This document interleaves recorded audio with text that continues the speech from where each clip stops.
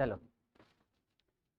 हम लोग का जो 12वां लेक्चर है वो किस पे रहेगा? प्रांतीय चुनाव सन 1937 और पाकिस्तान की मांग सन 1940।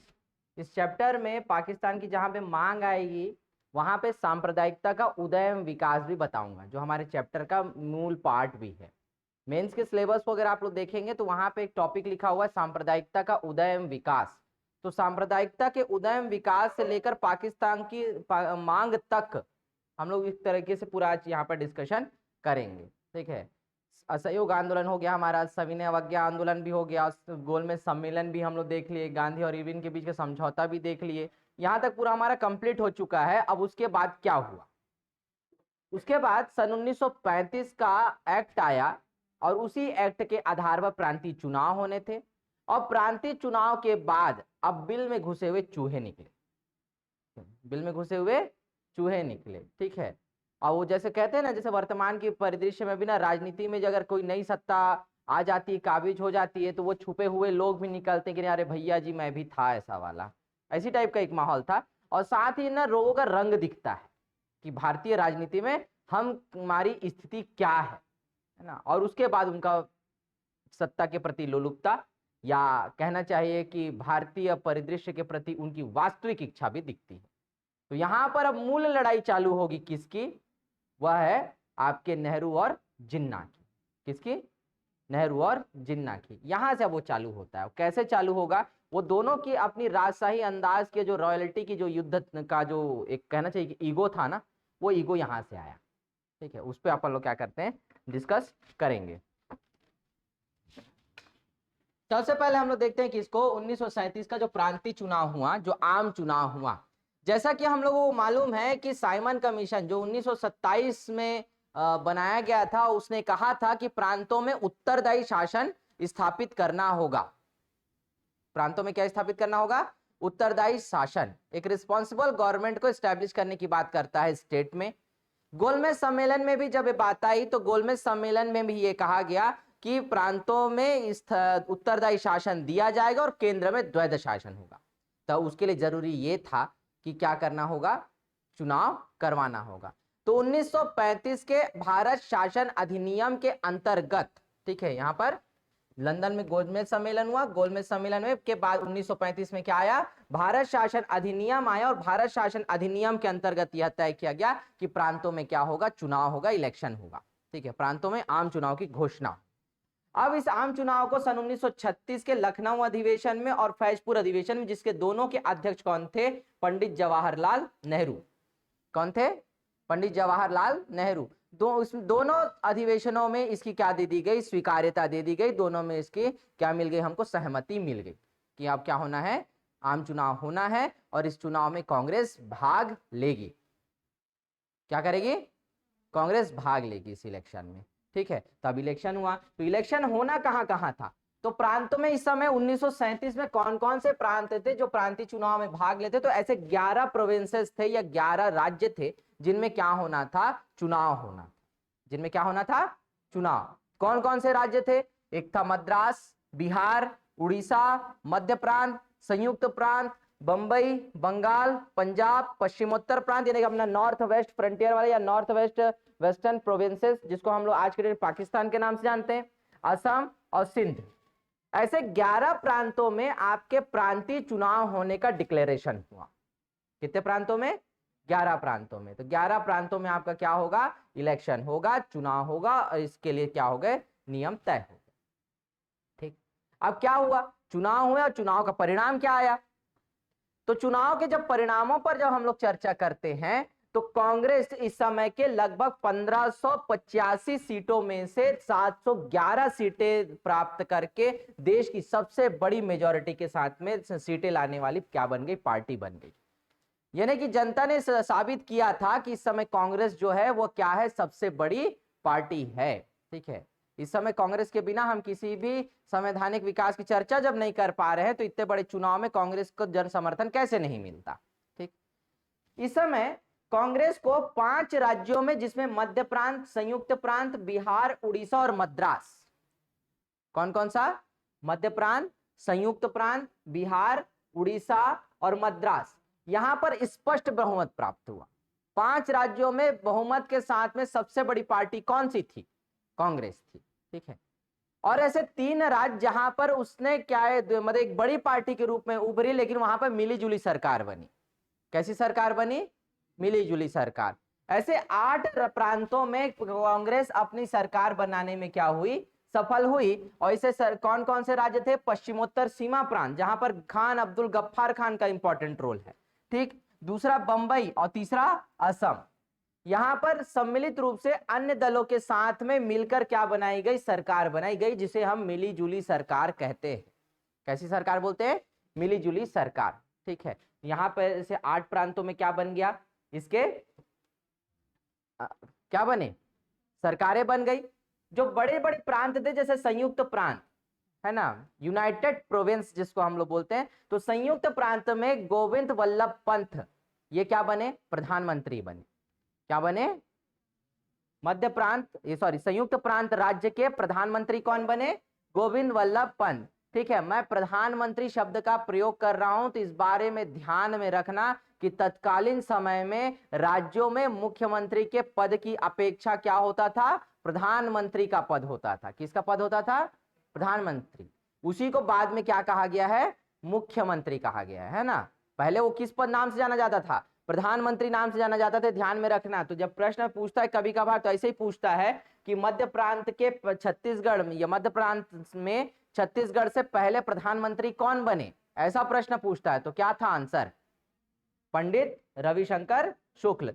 पहले एनबी खरे जो है वो क्या बने? यहाँ के मध्य प्रांत के प्रधानमंत्री बने, लेकिन कुछ दिन के बाद वो अपने पद से हटाए गए और उसके बाद कौन बना?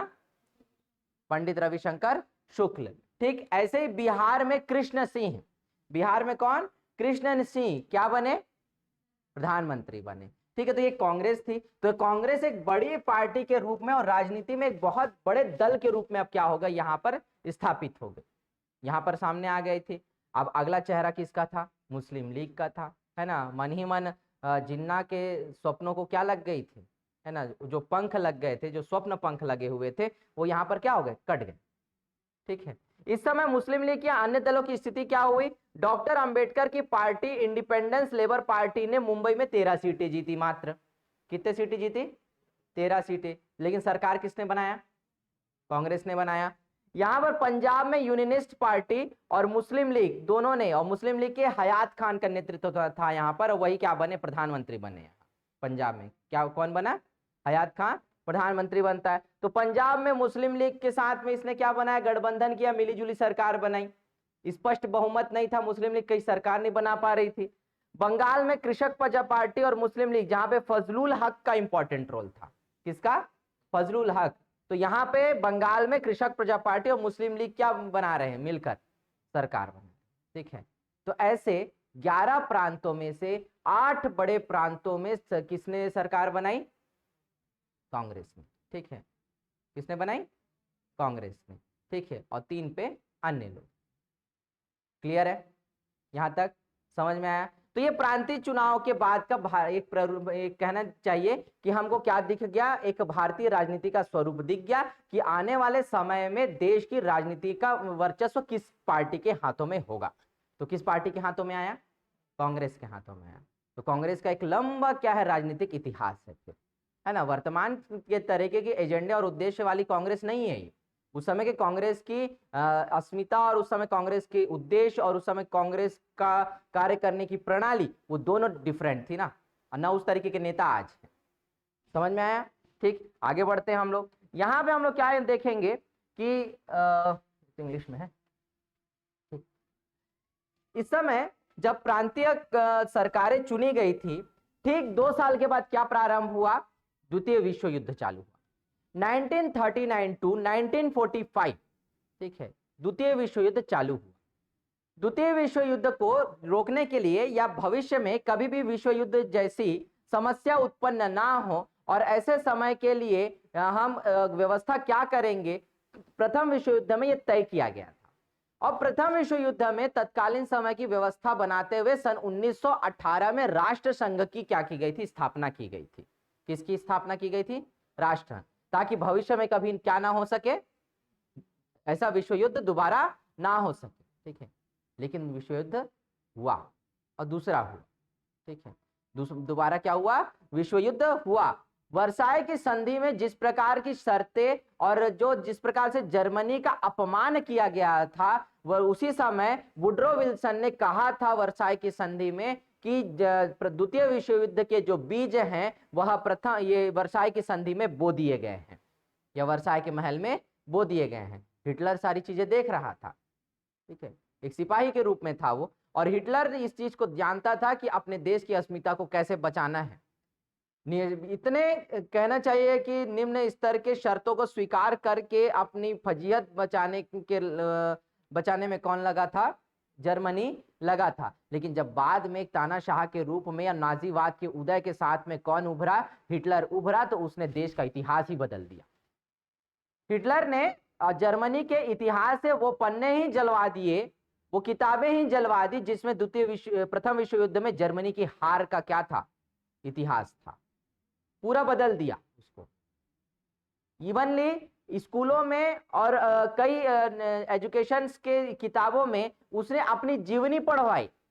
किसने, हिटलर ने। एक तरफ जर्मनी में नाजीवाद आया हिटलर के नेतृत्व में, और दूसरी ओर इटली में मुसोलिनी के नेतृत्व में फांसीवाद आया, इस तरीके से।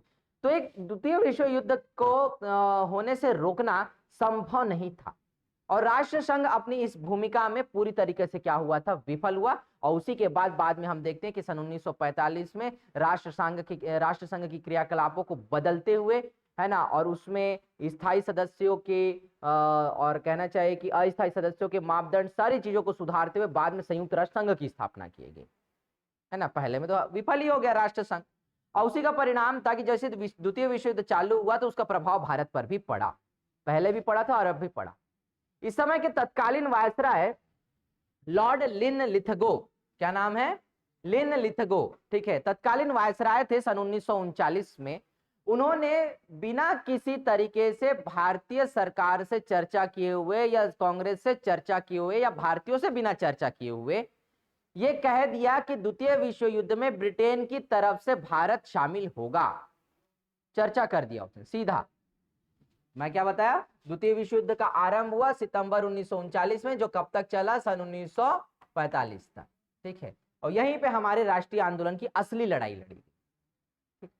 यहां पर क्या हुआ, लॉर्ड लिनलिथगो द्वारा भारतीय विधानमंडलों की सहमति के बिना भारत को युद्धरत राष्ट्र के रूप में क्या कर दिया, घोषित कर दिया, ठीक है। उसने कह दिया कि ब्रिटेन की तरफ से क्या लड़ेगा, भारत लड़ेगा, साथ में खड़ा रहेगा। यहां पर तत्काल और ये कहा कि युद्ध के उपरांत कांग्रेस द्वारा स्वतंत्रता की मांग। तो एक्चुअल में ये क्या था कि हमको वास्तविक तौर पर अभी क्या मिल रहा है, वास्तविक तौर पर क्या हमें अंतरिम सरकार के रूप में बैठाया जा रहा है क्या। आप सारी बातें युद्ध के उपरांत की बात करते हो, लेकिन वर्तमान के समय में आप मेरे लिए क्या व्यवस्था करोगे, हमारे लिए क्या व्यवस्था करोगे, ऐसी मांग उठी गई। अब यहाँ पे क्या बात हुई, वायसराय ये कहता है कि औपनिवेशिक स्वराज्य की स्थापना होगी, वो भी कब होगा, युद्ध के बाद होगा, युद्ध के बाद, ठीक है। और इसी बात को लेकर कांग्रेस के जितने भी सरकारें बनी थी, जिन जिन प्रांतों में जितना भी उसका मंत्रिमंडल बना था, इस सभी प्रांतीय सरकारों की मंत्रिमंडल ने अक्टूबर 1939 को कांग्रेस के मंत्रिमंडल से क्या दे दिया, त्यागपत्र दे दिया। पूरी सरकार ने इस्तीफा दे दिया, ठीक है, कि हम क्या नहीं करेंगे, है ना, सपोर्ट नहीं करेंगे। अब सरकार ही नहीं रहेगी, मंत्रिमंडल में लोग ही नहीं रहेंगे, तो सरकार चलेगी क्या, नहीं चलेगी। जैसे ही कांग्रेस के सदस्यों ने मंत्रिमंडल से त्यागपत्र दिया है, 22 दिसंबर 1939 को अंबेडकर के दल और मुस्लिम लीग ने मिलकर क्या मनाया, मुक्ति दिवस मनाया। हमें कांग्रेसियों से मुक्ति मिल गई, ऐसा करते हैं। मुस्लिम लीग ने क्या मनाया, मुक्ति दिवस। तो ध्यान रखना, 22 दिसंबर सन 1939 को मुक्ति दिवस मनाया गया। एक साथ पूरी प्रांतीय विधानमंडल जितने भी थे उसके कैबिनेट ने या फिर मंत्रिमंडल ने पूरी तरीके से क्या दे दिया, इस्तीफा दे दिया था। इसे हम कहते हैं प्रांतीय विधानमंडल या प्रांतीय कांग्रेस के मंत्रिमंडल का इस्तीफा। क्या कहते हैं, मंत्रिमंडल का इस्तीफा। क्लियर है, यहां तक समझ में आया यहाँ, ठीक है। प्रांतीय चुनाव सन 1937 में हुआ, कांग्रेस एक बड़ी पार्टी के रूप में उभरी। 11 प्रांतों में से 8 प्रांतों पर विजय किसने प्राप्त की, कांग्रेस ने, ठीक है। उसके बाद जब 1939 में बिना किसी सलाह के वायसराय लॉर्ड लिनलिथगो ने क्या किया, भारत को द्वितीय विश्व युद्ध में ढकेल दिया और ये कहा आश्वासन, वही पुराना लॉलीपॉप जो 1914 में उन्होंने दिया था, वैसे कि हम आपको क्या दे देंगे, उत्तरदायी सरकार दे देंगे। लेकिन वर्तमान की व्यवस्था के विषय में कोई भी चर्चा नहीं थी, अतः पूरे कांग्रेस के मंत्रिमंडल ने क्या किया, इस्तीफा दे दिया। और इसी के बाद जो है मुस्लिम लीग ने 22 दिसंबर को क्या मनाया, मुक्ति दिवस में। क्लियर है यहां तक? ठीक, अब देखते हैं, अब आगे जब हम बढ़ेंगे तो यहां से हम सांप्रदायिकता के उदय एवं विकास की बात करते हैं कि कैसे हिंदू और मुस्लिम जो थे उनकी दोनों के बीच की एकता की जो बात लंबे समय से की जाती थी, लेकिन वो दोनों के बीच के जो दरार है वो और ज्यादा गहरी होती चली गई और ज्यादा लंबी होती चली गई। और वो पृष्ठभूमि रखी गई कहां से और कैसे वो पाकिस्तान की मांग तक पहुंची, इसको थोड़ा सा हम लोगों को क्या करना है, चर्चा करना है। ठीक है, तो कैसे पहुंची उसको थोड़ा सा देखते हैं हम लोग। ये मेरा पहले व्हाइट बोर्ड में पढ़ाया हुआ वो था, इसको अरेंज नहीं किया मैं उस अलग से पीपीटी में, इसलिए इसी पे बता रहा हूँ। ठीक है, सबसे पहले 1883 में जब पहली बार राष्ट्रीय कांग्रेस की स्थापना की बात किसने रखी, एओ ह्यूम ने रखी। किसने रखी? एओ ह्यूम ने। तो उसी दौरान ये बात उठी कि जो कांग्रेस है, क्या है, कांग्रेस है या एनसी इंडियन नेशनल कांग्रेस है, वह कैसा दल है या किस वर्ग को वो क्या करेगा, लीड करेगा, मेजॉरिटी किसके लिए रहेगी। ठीक है, बात उठ गया, एक क्वेश्चन मार्क, एक प्रश्न चिन्ह खड़ा हो गया यहां पर। हालांकि 1885 में इंडियन नेशनल कांग्रेस का गठन तो हुआ, लेकिन उसके ठीक पहले क्या कर लिया, सर सैयद अहमद खान, जिसे हम भारत में किस नाम से जानते हैं, अलगाववाद के जनक के नाम से जानते हैं।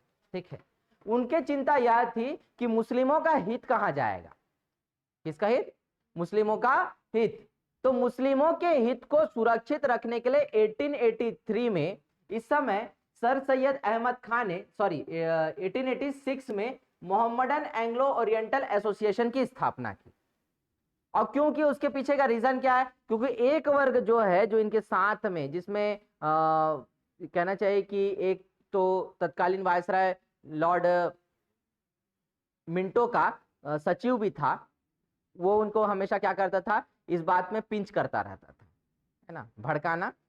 ठीक है, इस तरीके का कार्य करता रहता था। तो जब 1885 में इंडियन नेशनल कांग्रेस का क्या हुआ है, गठन हुआ है, तो उसमें यह तय किया गया या ये कहा गया इसमें बहुमत किसका है, हिंदुओं का है। तो या ये किसकी संस्था होगी, हिंदुओं की संस्था होगी। क्या बोला गया कि कांग्रेस किसकी संस्था होगी, हिंदुओं की संस्था होगी। जबकि इसी कांग्रेस का पहला अध्यक्ष ईसाई है, दूसरा अध्यक्ष कौन है, पारसी है, तीसरा अध्यक्ष कौन है, मुस्लिम है, चौथा अंग्रेज क्या है, फिर ईसाई है, यानी कि फिर कौन है, अंग्रेज है। ठीक है, हम हिंदू कहां पे देखे, देखे क्या, एक लंबा समय निकला है कांग्रेस में, तब जाकर किसी हिंदू व्यक्ति को हम क्या देख रहे हैं, वहां पर अध्यक्ष के रूप में देख रहे हैं। तो ऐसा विचार तो कांग्रेस में शुरू से ही नहीं आया था, लेकिन ये एजेंडा किसके द्वारा बनाया गया, ये अलगाववाद के जनकों के द्वारा। ठीक है, इस तरीके के सांप्रदायिकता की जड़ों को मजबूत करने वाले जो लोग थे, उन्होंने क्या किया है, कांग्रेस को एक हिंदूवादी संगठन घोषित कर दिया था। क्या कहना था उनका कि कांग्रेस जो है वो किसकी पार्टी है, हिंदू की पार्टी। और कारण क्या कि भारत के मैक्सिमम बड़ी जो पॉपुलेशन है वो किसकी है, हिंदुओं की है। किसकी है, हिंदुओं की है। और इसी के लिए 1886 में उन्होंने मोहम्मदन एंग्लो ओरिएंटल एसोसिएशन की स्थापना कर दी। यहां पे एक बल मिल गया सांप्रदायिकता को। दूसरा हम कहां पे देखते हैं, सन 1905 में तत्कालीन समय के वायसराय लॉर्ड कर्जन ने बंगाल को दो भागों में विभाजित कर दिया, एक को पूर्वी बंगाल और दूसरे को पश्चिमी बंगाल। ठीक, बांट दिया बंगाल का विभाजन। यहां पर फिर हम देखते हैं कि प्रशासनिक तौर पर जो विभाजन होना था वो सांप्रदायिक तौर पर हुआ। कैसा हुआ, सांप्रदायिक तौर पर। और यहां पर पश्चिम बंगाल को पूर्वी बंगाल को लेकर तत्कालीन समय का लेफ्टिनेंट गवर्नर उस क्षेत्र का वो क्या कहता है ना, बैमफायर्ड फुल्लर जिसका नाम है, वो क्या कहता है कि मेरी दो पत्नियां हैं और उसमें से एक मुस्लिम है और वही मेरी सबसे ज्यादा चहेती है। ठीक है, वो कहता है।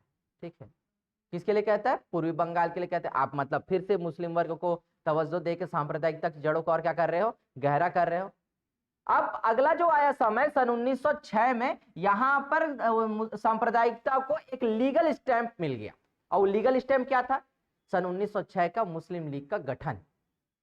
सन 1906 में आगा खां के नेतृत्व में एक शिष्टमंडल किससे मिलता है? तत्कालीन वायसराय लॉर्ड मिंटो से मिलता है। और लॉर्ड मिंटो उनको आश्वासन देता है कि आपकी मांगे स्वीकार की जाएगी, परंतु किसी एक अखिल भारतीय बैनर के तले या किसी मंच के बैनर तले आपको आना होगा। और इसी के चलते सन 1906 में क्या किया जाता है? एक अखिल भारतीय मुस्लिम संस्था की आवश्यकता है, ऐसा महसूस करके मुस्लिम लीग का गठन किया जाता है। कहां हुआ मुस्लिम लीग का गठन? कहां? पूर्वी बंगाल की राजधानी ढाका में नवाब सलीम मुल्ला के यहां पर अखिल भारतीय मुस्लिम लीग का क्या हुआ? गठन हुआ। किसका गठन हुआ? मुस्लिम लीग का गठन हुआ, जिसके पहले अध्यक्ष बने वक्कार उल मुल्क मुश्ताक हुसैन। ठीक है। और उसके संस्थापक अध्यक्ष कौन बने? नवाब सलीमुल्लाह खां और आगा खां। ठीक है, कंप्लीट है। यहां पर उसको क्या मिल गया? एक वैधानिक स्टैंप मिल गया सांप्रदायिकता को मुस्लिम लीग के रूप में। मुस्लिम लीग का इसी समय का सन 1908 का अमृतसर का अधिवेशन हुआ। किसका अधिवेशन हुआ? अमृतसर का अधिवेशन हुआ। तो अमृतसर के अधिवेशन में मुस्लिम लीग ने पृथक निर्वाचन मंडल की मांग की। किसकी मांग की? पृथक निर्वाचन मंडल की मांग की, सेपरेट इलेक्टोरेट कमीशन की मांग की उन्होंने, ताकि क्या हो सके? इनका प्रतिनिधित्व सुरक्षित रह सके, पृथक रूप से इनको प्रतिनिधित्व निर्वाचन में मिले, ऐसा बात उठ गई, मांग कर दी है। अब एक मंच के तौर पर ये आए हैं, किसके अधीन आए? मुस्लिम लीग के अधीन आए। तो जब मुस्लिम लीग के अधीन आकर इन्होंने क्या किया है? अपनी मांग रखी है। तो इस मांग की पूर्ति किसमें की गई? सन 1909 के मार्ले मिंटो सुधार अधिनियम में इनकी बातों को क्या कर लिया गया? स्वीकार कर लिया गया और इनके पृथक निर्वाचन मंडल की मांग को एक्सेप्ट किया गया और उसमें क्या किया गया? बाकायदा वैधानिक रूप से लिखा गया। ठीक है, कि मुस्लिमों को क्या मिलेगा? पृथक निर्वाचन मंडल की, है ना, व्यवस्था दी जाएगी। बांट दिया इन्होंने, है ना, फूट डालो और शासन करो की नीति पर चल रहे थे, बांट लिया इन्होंने। इसके बाद सन 1916 में कांग्रेस की सबसे बड़ी गलती कि कांग्रेस द्वारा मुस्लिम लीग की पृथक निर्वाचन मंडल की मांग को क्या किया गया? स्वीकार किया गया। जब लखनऊ पैक्ट हुआ 1916 में, लखनऊ समझौता हुआ, और इस समय लखनऊ कांग्रेस के जो अध्यक्ष थे वो कौन थे? अंबिका चरण मजूमदार। ठीक है। और उस समय लोकमान्य तिलक और एनी बेसेंट के सहायता से दोनों क्या हुआ? नरम दल और गरम दल एक भी हुए, कांग्रेस में आए। और इस समय तिलक और जिन्ना के प्रयासों से मुस्लिम लीग और कांग्रेस का भी अधिवेशन बंबई में 1915 में साथ साथ हुआ। ठीक है। और उसी समय 19 पॉइंट के रिमाइंडर लेटर या फिर स्मरण पत्र जारी किए गए, या उसमें यह कहा गया उन्हीं 19 बिंदुओं में से कि कांग्रेस द्वारा मुस्लिमों की पृथक निर्वाचन मंडल को स्वीकार हम करेंगे, सहमति जो दे दी गई। इसे हम किस नाम से जानते हैं? लखनऊ समझौते के नाम से। ये कांग्रेस ने यहाँ पे सबसे बड़ी गलती की। किसने की? कांग्रेस ने। ठीक है, ये उसकी सबसे बड़ी गलती थी यहाँ पर, जो सांप्रदायिकता को जड़ों को और क्या कर दिया? मजबूत कर दिया। तो इस तरीके से सांप्रदायिकता का उदय जो 1883 में हम देखते हैं, अब बेसिकली 1857 के बाद तो हमको देखने को मिल ही गया था कि अंग्रेजों की पॉलिसी में सीधा सीधा ये था कि हम मुसलमानों ने सत्ता किससे छीनी? हिंदुओं से छीनी। और मुसलमानों से सत्ता किसने छीनी है? ईसाइयों या अंग्रेजों ने छीनी है। इसलिए हमको किसको समझना है या किसको अपने करीब रखना है? मुसलमानों को अपने करीब रखना है। ठीक है। थे तो मुट्ठी भर ना, थे तो क्या? मुट्ठी भर। भारत भर का आज कोई भी मुसलमान आकर ये कह दे कि वो एकदम प्योर बैकग्राउंड या शुद्ध रक्त वाला मुसलमान है, ठीक है, कोई नहीं कह सकता इस बात को। क्यों? क्योंकि जो इस्लाम आया वो भारत में था ही नहीं, वो तो बाहर से ही आया। 6वीं 7वीं शताब्दी के बाद से जो भारत में इस्लाम आया, उसमें सबसे ज्यादा यहाँ पर आज जो डेंसिटी या सबसे ज्यादा जो पॉपुलेशन जो भारत में रहता है मुस्लिम समुदाय का या मुस्लिम वर्ग का, वो क्या है? एक्चुअल में उनका ओरिजिन जाओगे तो क्या मिलेगा? वो हिंदू मिलेगा। क्या मिलेगा? हिंदू मिलेगा। सीधी बात है ये, है ना। ये तो हम क्या पूरे इतिहास में तो उस बात को तो नहीं बदल सकते ना। मोहम्मद बिन कासिम जब आया 612 में, आने के बाद वो जजिया कर लेना चालू कर रहा है, धर्मांतरण करवा रहा है। ठीक है। उसके बाद फिर हम जितने भी सल्तनत काल देखे वहां पूरा धर्मांतरण हुआ। चाहे अलाउद्दीन खिलजी के काल में हो, इल्तुतमिश के काल में हो, मोहम्मद बिन तुगलक और फिरोज तुगलक के काल में भी हो। फिरोज तुगलक इस बात को लेकर धर्मांतरण कराता है ताकि जो है उसके ऊपर कट्टर मुसलमान होने का क्या रखा जाए, स्टाम्प रखा जाए। ठीक है, औरंगजेब के समय में पूरे कश्मीर में धर्मांतरण पूरा व्यापक रूप से हुआ, तो आखिर हुआ ना। तो आज जब ओरिजिन जब है बदलते बदलते, एक मूल लोगों की ओरिजिन बदलते बदलते जब आर्य हो सकती है आज के डेट में, तो एक लंबे समय तक लगभग 700 सालों तक जब धर्मांतरण का पूरा इस्लाम का उदय भारत में हुआ, इस्लाम की पूरी पीढ़ी लिखी गई, तो वर्तमान में अगर हम कहें कि आज का जो मुसलमान है उसका कहीं ना कहीं ओरिजिन जो है वो क्या रहा होगा, हिंदू रहा होगा।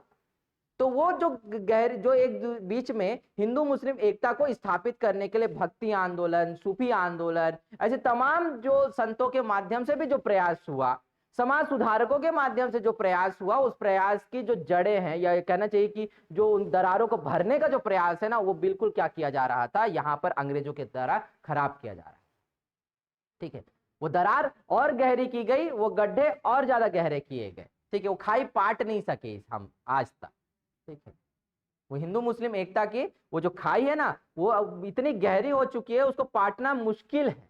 ठीक है, बंधुत्व का भाव जो है ना, वो भारत का मुख्य क्या है, एजेंडा, मुख्य दर्शन है ना।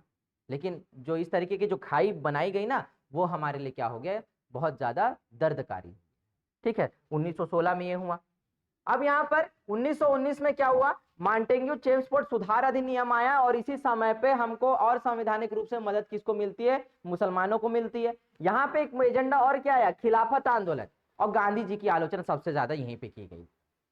क्या किस लिए की गई, क्योंकि गांधी जी ने खिलाफत आंदोलन जो किसके लिए हो रहा है, एक इस्लामिक धर्म गुरु जो कहां बैठा हुआ है, तुर्की में बैठा हुआ है, उसके सम्मान के लिए या उसके अपमान को रोकने के लिए या तुर्की के विभाजन को रोकने के लिए यहाँ पे आंदोलन चलाया गया, जिसे हम खिलाफत आंदोलन कह रहे हैं। और गांधी जी ने इस समय धर्म में राजनीति का प्रयोग किया। किसका प्रयोग किया, राजनीति का। इस समय जिन्ना ने भी इस बात को चेताया था, मोहम्मद अली जिन्ना ने भी इस बात में गांधी जी को कहा था कि आप किसी भी प्रकार से कट्टरपंथियों और उनके समर्थकों, अनुयायियों को आश्रय देने का या समर्थन देने का प्रयास मत कीजिए, ये आगे चलकर बहुत गलत परिणाम देगा, बहुत बुरा परिणाम देगा। जिन्ना का स्टेटमेंट है ये। लेकिन गांधी जी ने क्या कहा था कि हिंदू मुस्लिम एकता के लिए ऐसा अवसर 100 साल में भी नहीं आएगा, ऐसा सुनहरा अवसर 100 वर्षों में भी प्राप्त नहीं होगा। तो 1919 में फिर सांप्रदायिकता की जड़ें क्या हो गई, मजबूत हो गई, है ना। हिंदू मुस्लिम एक होने की जगह क्या हो रहे थे, दूर हो रहे थे। ठीक है, हम तो एक लाने की बात किए थे ना। असहयोग आंदोलन में उतने मुसलमान क्यों नहीं आए बाद में, जब गांधी जी ने असहयोग आंदोलन प्रारंभ किया, क्यों, क्योंकि यहाँ पर तो हम ये चाहते थे ना कि खिलाफत आंदोलन में अगर हम हिंदू भाइयों का मुस्लिम भाइयों का साथ देंगे तो वो भी हमारे लिए असहयोग में आने के लिए तैयार होंगे। कुछ मुसलमानों को छोड़कर एक वर्ग क्यों चला गया अलग, मतलब क्या आपका सिर्फ स्वहित था क्या? अगर ऐसा कहा जाए तो आपका केवल स्वहित था, अपने अपने केवल मुस्लिम हितों के लिए आप क्या थे, आंदोलन में शामिल थे खिलाफत में, और बाद में आपने क्या कर दिया, पलट गए। हुआ अगला सन 1928 में। सन 1928 में दिल्ली प्रस्ताव, ये प्रस्ताव किसने लाया था, जिन्ना ने। ये नेहरू रिपोर्ट से अलग होकर उन्होंने दिल्ली प्रस्ताव दिया, जिसको हम लोग जिन्ना के 14 सूत्रीय मांगों के में या 14 सूत्रीय फार्मूलों में जानते हैं। क्योंकि नेहरू की रिपोर्ट में कहीं पर भी पृथक निर्वाचन मंडल की मांग या सांप्रदायिक निर्वाचन की मंडल की व्यवस्था को बिल्कुल नकार दिया गया। उन्होंने क्या कहा कि पृथक निर्वाचन मंडल के स्थान पर सामान्य निर्वाचन मंडल होगा, उन्होंने कहा।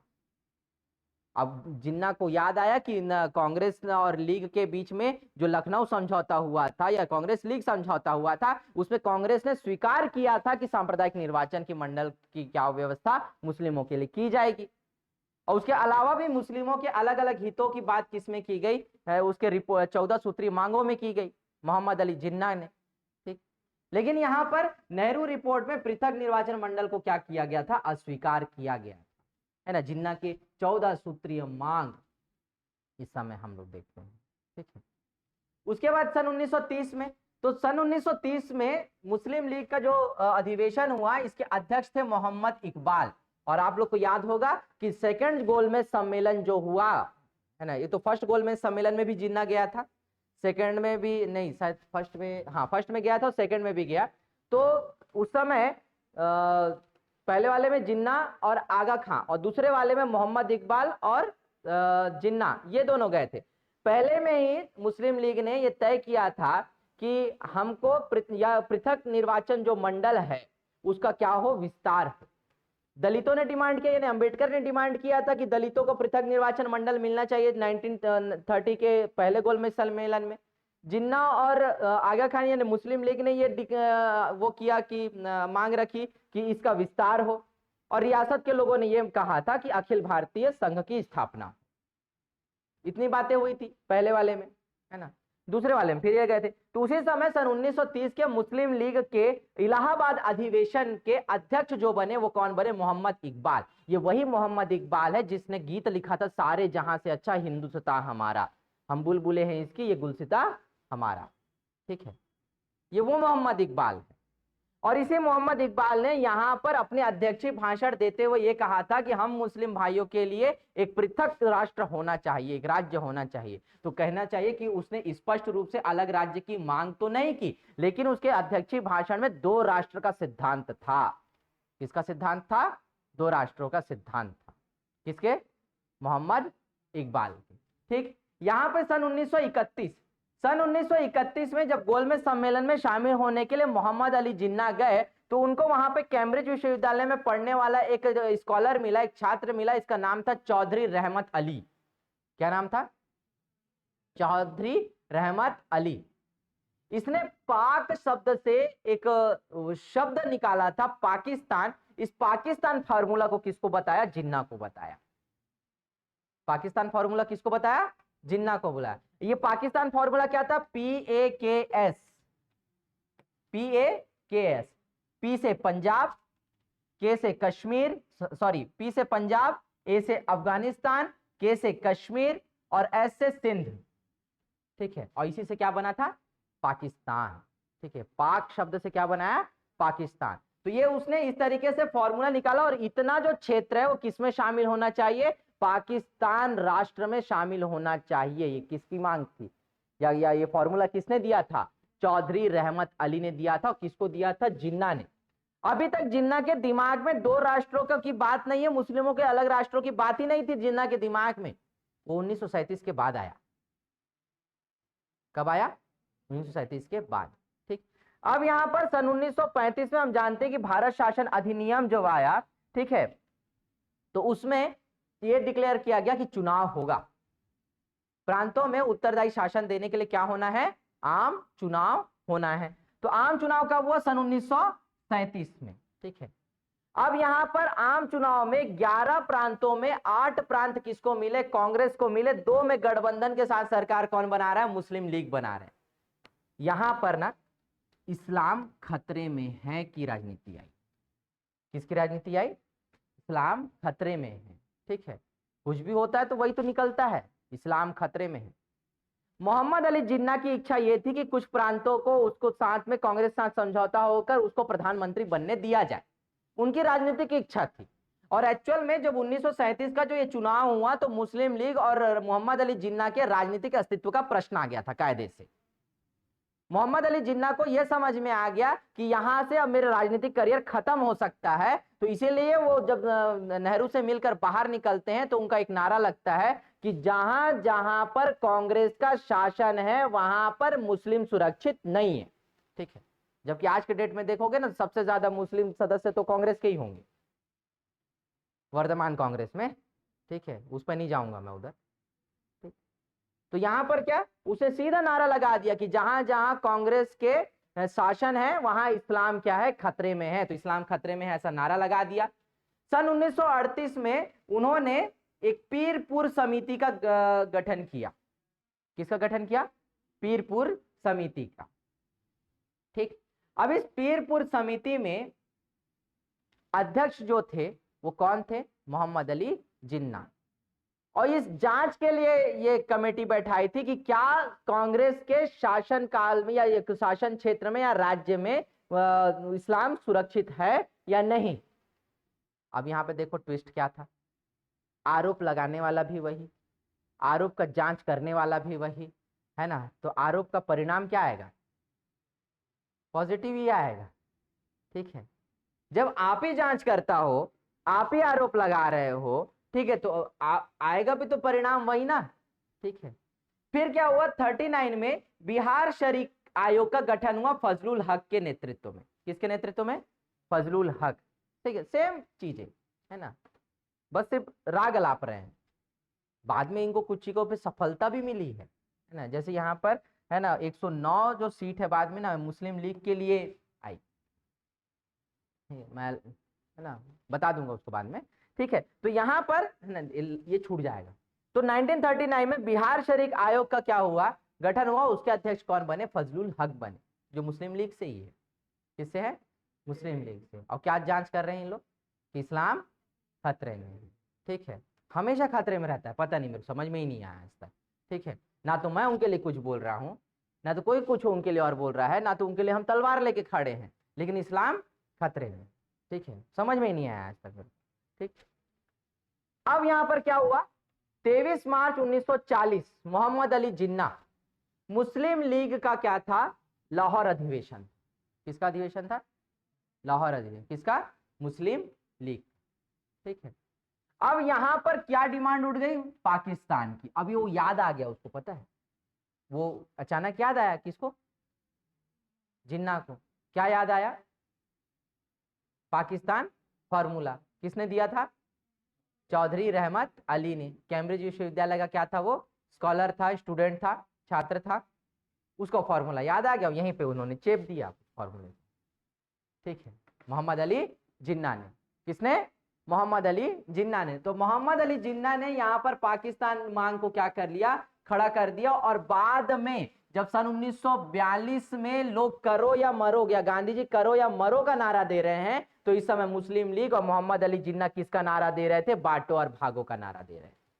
किसका नारा दे रहे थे, बांटो और भागो। ठीक है, और फिर 1947 में हम ये देखते हैं कि लॉर्ड लुई माउंटबेटन जब आया कैबिनेट मिशन की योजना के बाद, एक कैबिनेट मिशन की योजना आई थी, तो कैबिनेट मिशन की योजना के बाद 1946 के बाद हम ये देखते हैं कि 1947 में जब कौन आया, लॉर्ड लुई माउंटबेटन। और जाने के बाद दो लोगों से मिला सबसे पहले। पहले तो मोहम्मद अली जिन्ना से मिला, उसको पहले से मालूम था कि मोहम्मद अली जिन्ना मेरी कोई बात मानने वाला है नहीं। उधर क्लेमेंट एटली जो एक लेबर पार्टी का क्या था, प्रधानमंत्री था, बहुत लंबे समय के बाद में वो क्या बना था, ब्रिटेन का प्रधानमंत्री बना था। और ये वो क्लेमेंट एटली है जो साइमन कमीशन में मेंबर बन के भारत आया था। ठीक है, भारत में संवैधानिक विकास की दिशा में जांच रिपोर्ट तैयार करनी।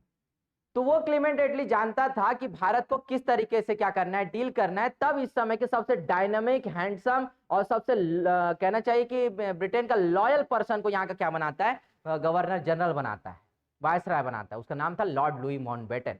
लेकिन वो भी चालाक था ना, एकदम अंग्रेज है, होंगे ही चालाक। ठीक है, तो वो यहाँ पर आता है, एक आदमी किससे मिलता है, मोहम्मद अली जिन्ना से मिलता है। और दूसरी तरफ जाके किससे मिलता है, महात्मा गांधी से मिलता है। मोहम्मद अली जिन्ना को बोलता है कि आपको क्या चाहिए, तो बोलता है आप उनको पाकिस्तान चाहिए, मतलब चाहिए। ठीक है, अपन को पाकिस्तान चाहिए, मतलब चाहिए। ठीक है, वो अब उसको अपना राजनीतिक रोटी सेकना था ना, उसको अपना राजनीतिक, अपना पॉलिटिकल करियर देखना था मोहम्मद अली जिन्ना को। तो वो पाकिस्तान के अलावा दूसरे मांग पे तैयार ही नहीं था, नहीं तो हर बात पे तो डायरेक्ट एक्शन।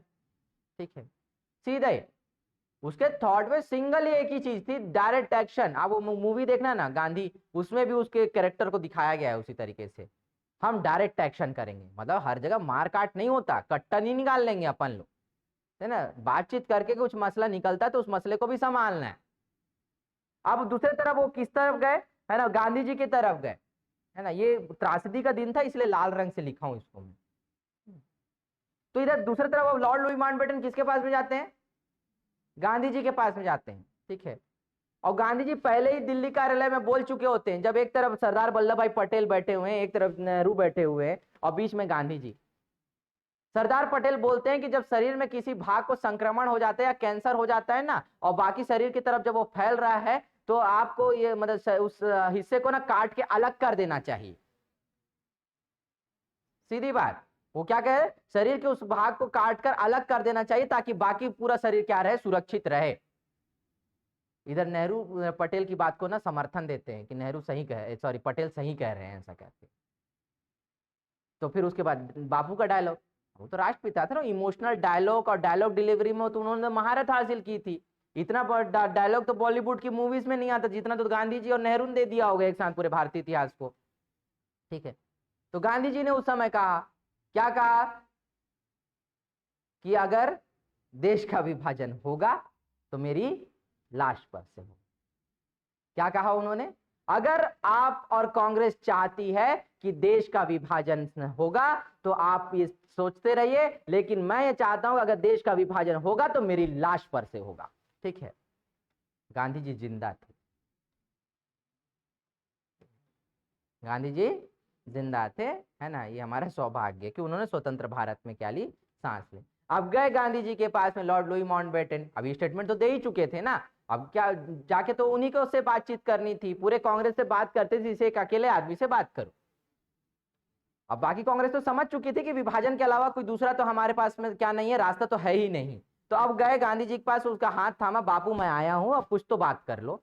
और लॉर्ड लुई माउंटबेटन से उन्होंने बोलो तुम क्या चाहते हो, तो कहा कि कांग्रेस जो चाहती है कि बड़े से बड़े भारत का स्वप्न वो हम ब्रिटिश क्या करेंगे, पूरा करके देंगे, लेकिन दो तरीके के भारत है, दोनों में से एक विकल्प आपको चुनना है। ना तो लाइव उसमें वो है फोन ऑफ फ्रेंड है, ना तो ऑडियंस पोल है, ना तो 50-50 का है, क्योंकि ऑप्शन ही दो है, तो 50-50 क्या होगा। ठीक है, तो पहला ऑप्शन बताओ, ऐसा बोलता है, तो पहला बोलता है कि आपको बड़ा सा बड़ा भारत मिलेगा, लेकिन ये ऐसा भारत होगा अविभाजित होगा। सुनने में अच्छा लगा गांधी जी को। ठीक है, लेकिन बोला फिर तो क्या होगा, तो कहा कि ये ऐसा भारत होगा जहां पे रोज हिंदू मुस्लिम के दंगे होंगे, सांप्रदायिकता के नाम पर रोज हलचल मचेगी, गृह युद्ध सा भरा भारत होगा, और आधे से ज्यादा क्षेत्रों पे क्या होंगे, लाल रंग होंगे। ठीक है, तो ये ऐसा भारत होगा, लेकिन अशांत भारत होगा। तो आपको चाहिए क्या, तो नहीं, अब दूसरा विकल्प बताना है ही उसको। तो अब दो कहते हैं कि कांग्रेस का जो स्वप्न है बड़े से बड़े भारत का, वो भारत आपको मिलेगा, लेकिन वो भारत कैसा होगा, विभाजित भारत होगा। लेकिन ये भारत अपने पैरों पे चलता हुआ भारत होगा, अमन और शांति का भारत होगा। यह भारत आने वाले समय में विश्व के पटल पर नया भारत लिखने वाला एक भारत होगा। ऐसा भारत आपको मिलेगा, और ये नए सूरज के साथ में यह भारत मिलेगा। ये मेरा वादा है, कमिटमेंट है। लेकिन इसमें क्या नहीं होगा आपका, वो ये भारत कैसा होगा, विभाजित भारत होगा। क्या होगा, विभाजित भारत होगा। इसीलिए फिर जब तय किया गया कि 1947 में अगस्त में क्या किया जाएगा, ट्रांसफर ऑफ पावर किया जाएगा, सत्ता का हस्तांतरण होगा, तो 14 अगस्त मध्य रात्रि में, है ना, तो 12 बजे से ठीक पहले 14 अगस्त 1947 को क्या आया, पाकिस्तान आया। ठीक है, और 15 अगस्त 1947 को क्या आया, भारत। तो अगली जो सुबह देखी ना, तो लाल किले के प्राचीर पर नेहरू के हाथों में 7:30 बजे सुबह हम क्या देखते हैं, ध्वजारोहण देखते हैं। ठीक है, तब हम तिरंगे की वो छवि देखते हैं जो लाल किले के प्राचीर से लहराते हुए एक नए भारत का सवेरा लिख रही थी। लेकिन विभाजन की त्रासदी ने ना लाखों लोगों को बेघर किया। ठीक है, लाखों लोगों को मरता छोड़ा, है ना। उस विभाजन की त्रासदी को हम भुला भी नहीं सकते। ठीक है, इसलिए मैं यहाँ पर भारत की स्वाधीनता अधिनियम को जब पढ़ाता हूं तो उस समय भारत का विभाजन शब्द प्रयोग करता हूं, क्योंकि उसमें ये कहा गया था इंडिया इंडिपेंडेंस एक्ट 1947 में, they are two dominion states are establish, one called is Pakistan and second one is India. ठीक है, दो स्वतंत्र राज्यों की स्थापना होगी, सीधा इंडिपेंडेंट स्टेट कहता है। ठीक है, 1947 के एक्ट में जो 3 अगस्त प्रस्ताव के 3 जून योजना के बाद से ये क्या किया गया, रेगुलेट किया गया। तो 1947 में हुआ, 1948 तक आते आते फिर पटेल ने पूरा भारत जोड़ा। ठीक है, एक्चुअल में तो भारत जोड़ो का तो पूरा कॉन्सेप्ट है ना, वो तो सरदार वल्लभ भाई पटेल को जाना चाहिए, है ना। एक्चुअल में तो भारत जोड़ने का काम सरदार पटेल ने किया था। पूरा कन्याकुमारी से लेकर कश्मीर तक 365 रियासतों को एक करने वाला व्यक्ति ऐसा कोई था तो सरदार पटेल था, और मजबूती के साथ में, तुमको मानना है तो मानो, नहीं तो चलो साइड से, ऐसा वाला। ठीक है, ये वाला एजेंडा होना चाहिए, तब चल के सबके सब आए। आपको अगर देखना है ना इस पे, तो प्रधानमंत्री सीरीज देखिएगा आप एबीपी न्यूज का। ठीक है, उसको देखिए, रियासतों का ना विलीनीकरण का ना सबसे बढ़िया वो है एपिसोड है उसमें। देखिए किस तरीके से भारत एक हुआ। और किस तरीके से विलीनीकरण के पत्र पर साइन किया गया। नहीं तो कश्मीर भी हमारे से चला जाता, हैदराबाद चला जाता, भोपाल जाने को तैयार था, जैसलमेर निकल जाता, जूनागढ़ चला गया था, और सबके इंटरेस्टिंग स्टोरियां हैं सबका।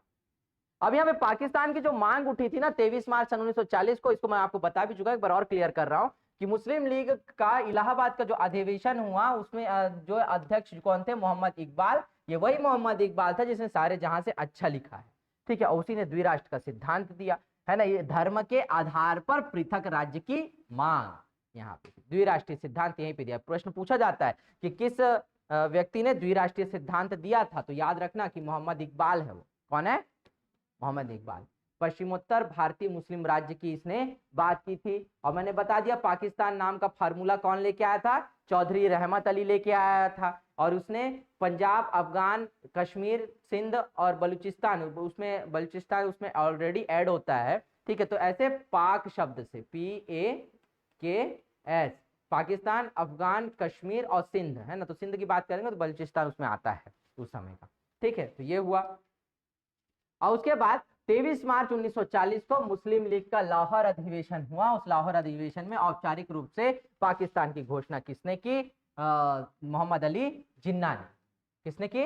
मोहम्मद अली जिन्ना। इसका प्रारूप तैयार किसने किया था? सिकंदर हयात खान ने। किसने किया था? सिकंदर हयात खान ने, ठीक है। जिन्ना भाई साहब है ये, है ना, ये इसकी स्टोरी अलग ही है ना। सिकंदर हयात खान। प्रस्तुतकर्ता कौन थे? फजलुल हक। कौन थे? फजलुल हक। उसको पेश किसने किया इस फॉर्मूले को? फजलुल हक ने। समर्थन किसने कर दिया? खलीक कुज्जमा। किसने किया था? खलीक कुजना। सभी मुस्लिम लीग के हैं लोग हैं, ठीक है। और इन्होंने फिर क्या कर दिया? समर्थन दे दिया, या घोषणा किसने की? मोहम्मद अली जिन्ना ने। तो इस तरीके से, है ना, प्रांतीय चुनाव के बाद हम ये देखते हैं कि भारत में जो एक सांप्रदायिकता की जड़ें हैं वो किस तरीके से मजबूत हो चुकी थी और पाकिस्तान के मांग तक पहुंची। सिर्फ और सिर्फ किसके लिए? राजनीतिक स्वार्थ के लिए क्या हुआ है, हिंदू मुस्लिम की राजनीति को मजबूत रखा गया, और वो आगे चलकर आज तक क्या स्थिति है हम लोग देख सकते हैं, ठीक है। कश्मीर में का भी मामला 370 का नहीं है वास्तविकता में, अगर सोचा जाए तो वो भी एक्चुअल यही कहीं का बीज बोया गया था ना, वो आज तक काट रहे हैं हम लोग, ऐसा है मामला।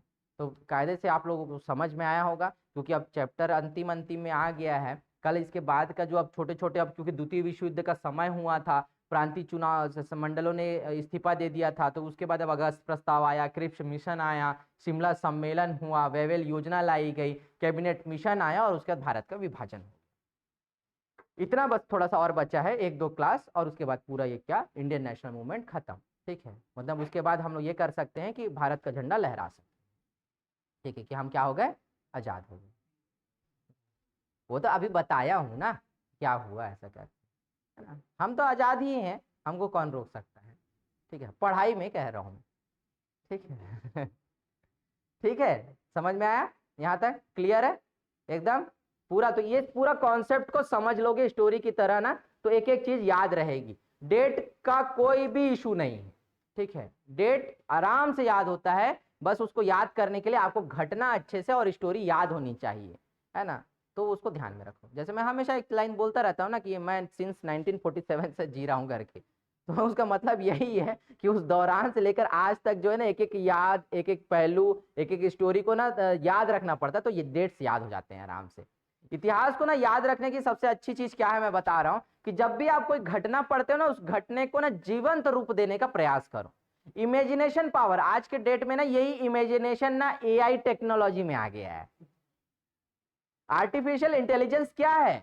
वो आपकी सोच तो है ना कि वो कैसा दिखेगा, कैसा होगा। वो आर्टिफिशियल इंटेलिजेंस क्या कर रहा है? एक नए कल्पना को, एक नए हाइपोथेसिस का निर्माण करता है ना। तो उसी तरीके से ना आपका मस्तिष्क भी है। आप जो इतिहास में पढ़ रहे हो ना, उस इवेंट को क्या करो, एक बार जीने का प्रयास करो। तो रात में सपने में ना पानीपत की लड़ाई भी आएगा, हल्दी घाटी भी होगा, हो सकता है कि जोधा अकबर में आप भी दिखो, ठीक है ना। अलाउद्दीन खिलजी में भी अपने आप को देखो, पृथ्वीराज में देखो, गांधी जी के साथ साथ में चल सकते हो। गांधी जी के आंदोलनों को याद करने के लिए, नेशनल मूवमेंट याद करने के लिए मेरा सिंपल सा तरीका था, मैं कुछ नहीं करता था, अच्छे से पढ़ लेता था और ना ये इमेजिन करता रहता था कि गांधी जी जब आंदोलन कर रहे हैं ना, मैं उनके साइड में खड़ा होकर चल रहा हूं साथ। बस इतना ही काम है मेरा, ठीक है। सारी घटनाएं याद हो जाए, यही इतिहास है। ठीक है, तो यहाँ पे आज की क्लास हम लोग क्या करते हैं, समाप्त करते हैं। ठीक, धन्यवाद।